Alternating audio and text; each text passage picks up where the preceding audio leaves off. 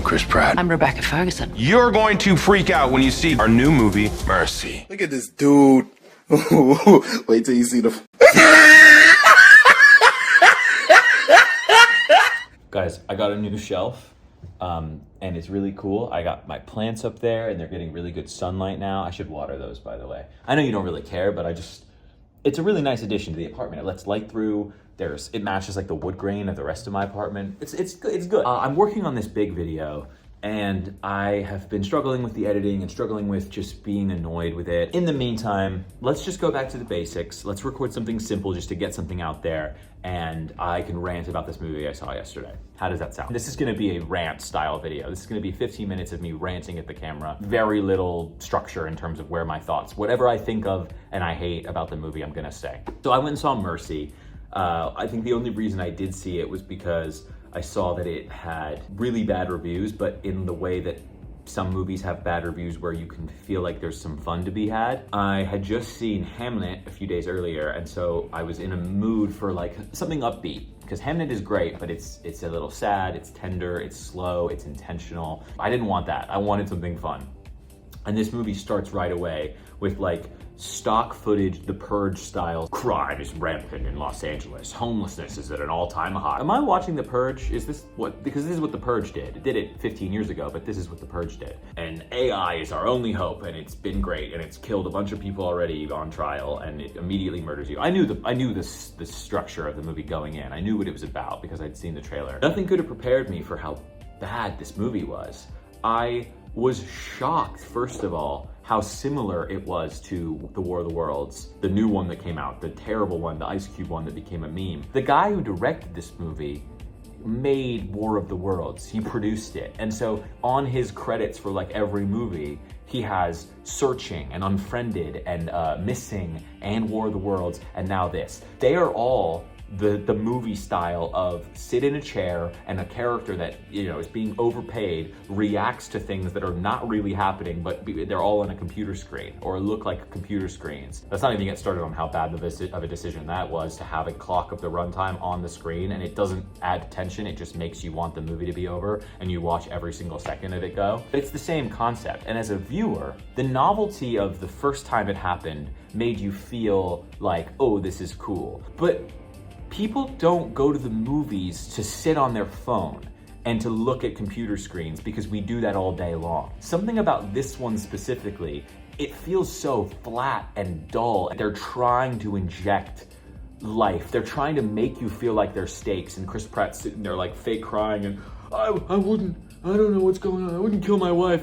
Someone let me out of here. And you're like, I'm trying to get invested, but ultimately you are just sitting in a chair and you're looking at green screens and I can't care about it. No matter how many stock footage, news clips of crime you put in front of me, and no matter how generic the action soundtrack behind him is, I just couldn't care. The whole point of these movies, this movie specifically, is about a guy trying to prove himself innocent to an AI judge who is gonna go through the facts and never makes the wrong decision, and he has to get his guilt level below a certain point, and it looks to everybody like he murdered his wife. Why does it look like he murdered his wife? Well, first of all, every video footage, every Ring doorbell camera, every tweet, every text message, every FaceTime, everything about this man shows him being an absolute garbage person. He's like a drunk who's angry and like yells at his wife and is abusive, and he comes home and she's like, get out of my house, I want you out of here. And the Ring doorbell camera, he like punches off the wall and like breaks into her house with his keys. Are we supposed to then be like, oh, maybe he didn't kill her, but he's a great guy? Like, he sucks. The guy is awful. Why am I rooting for this guy to be not the killer when he's kind of a weird psycho drunk guy? And there's clips of him like drunk as hell at the bar, like going crazy. I think what they were trying to go for is that, oh, he seems like the bad guy, so it's gonna be even more satisfying and interesting when we prove that it's someone else. But we know how these movies go. We know it's somebody else. We know the twist isn't he just murdered his wife. He has 90 minutes to prove himself innocent. He will. So what's this other guy? But he sucks. So I don't really care if he's innocent or not. He's weird and abusive and awful and not likable. Sorry. Oh, okay. Let me keep going. Let me not get stuck on that point. Then there's the AI of it all.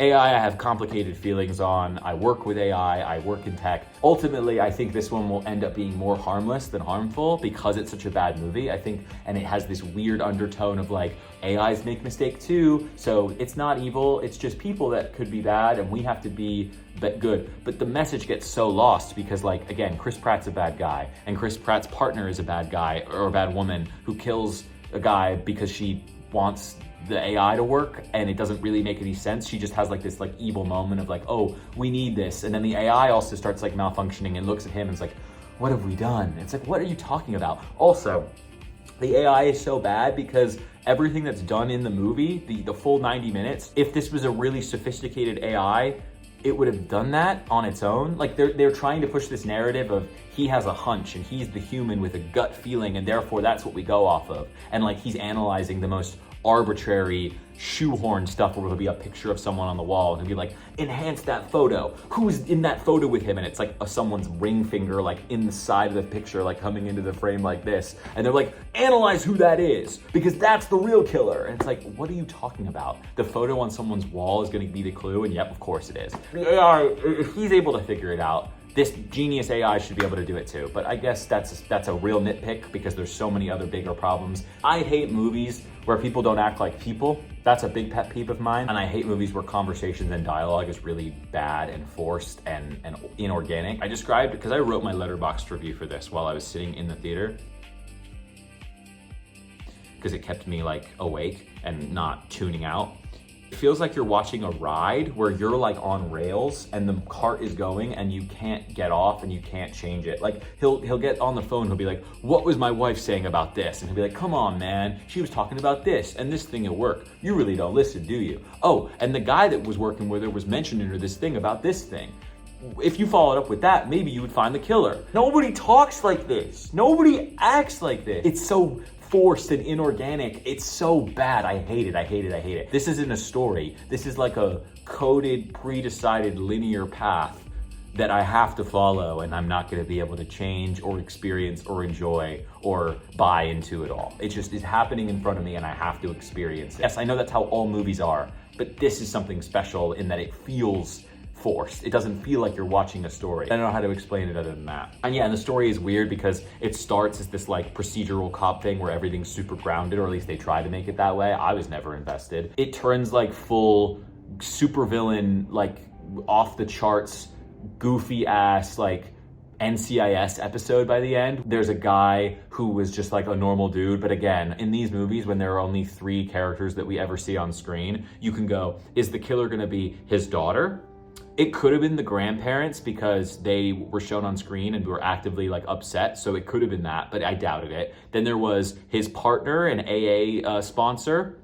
Ding, ding, ding, it's probably him. And then that was his, and that was it. So it's like, okay, well, somebody that has been on screen and has enough money and enough of a name to be given a role in this is clearly gonna be an important character. Shock, it's the AA sponsor. But he's not just some AA sponsor. He's also like the reverse Flash, where he joined AA to specifically meet Chris Pratt because he knew Chris Pratt was the cop on the Mercy program who put his brother when he was younger to death, but they're separated as children, so he's not his actual brother. It's just like a brother that he had from the past, and now they're no longer related by name, which is why they weren't able to figure it out, which, stupid, that's dumb. But not only that, he like stole chemicals from the company he works for with the wife to then murder the wife, to then frame him so that he would then be put on Mercy. But he didn't just do that, he also used the chemicals to make a bomb, which he planted at his house, and created this whole supervillain, the Riddler style plan to steal a bomb and steal his daughter, put him in the car and drive around. And if it sounds insane, because we were talking about like a normal community in a normal town, and all of a sudden this guy is driving a truck through the city with a bomb and a hostage. What happened? What are we doing? And then there's the cop on like a quadcopter like flying through the air, and it feels so goofy. I was laughing at some of the lines.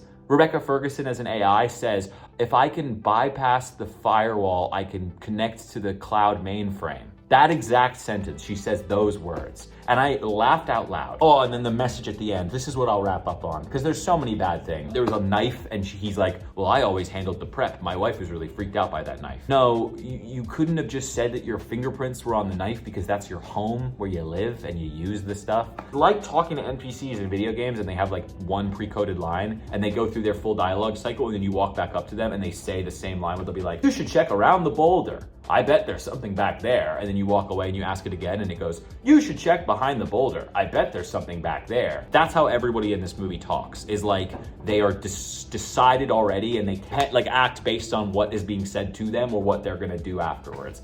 Very strange. The movie ends with this very weird, convoluted message about how the police did the wrong thing. So they identify corruption within the police department, but then it's kind of hand waved away. And that was just one bad cop that made a bad decision. Also, he like, oh, there's so many issues with him as a police officer. His partner gets like shot and like killed basically, and instead of driving him to the hospital, he like tracks down the guy who's in the car, runs him all the way into the ocean. And his takeaway is not, I should have driven my partner to the hospital so he could have been saved and maybe he still would have been with me. His thought was, I should have murdered the guy that did it after the fact. It's not, oh, I spared his life.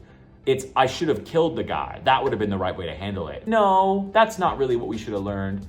Anyway, mess of a scene, mess of a lesson. Sorry, I'm getting distracted. The ending becomes this lesson of one bad cop did one bad thing, but we have to maintain the mercy program because it still works and it's still necessary and justice is needed, even if AI makes mistakes, because humans also make mistakes. We're not so different, you and I, me and you, AI, so we'll just continue to work together and do this because it's necessary to do this, to try people and kill people. Even though the AI was wrong about Chris Pratt, and Chris Pratt got out of it because of a big fire and because of like the system breaking, he still says, oh no, this is a necessary thing to have in the justice system, even though we've now seen 2 occasions where it has not worked and has put people to death, and that's just 2 that we know of. We're supposed to just go, yep, let's have AI run our entire lives, and cops are good. It's baffling. The fact that this was in theaters was insane. This feels like a fake movie you would see on like Tubi, and I guess Chris Pratt adds a sense of legitimacy, but it feels like a streaming movie, which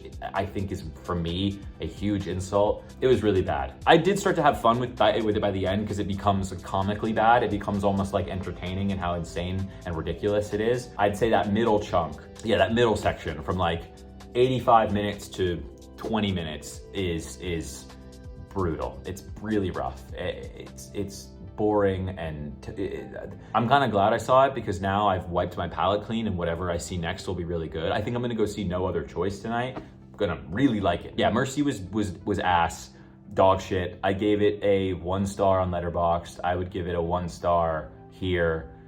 There are worse movies. I'll say that. There are worse movies.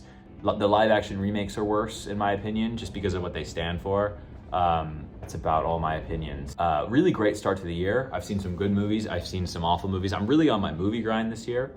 Should you watch this? No, you shouldn't. If you are with friends and you're high and you want to watch a bad movie to like, you know, laugh together, or maybe you're drunk with your friends, it's maybe worth watching, but even then I still think it's kind of boring for that. There's better bad movies.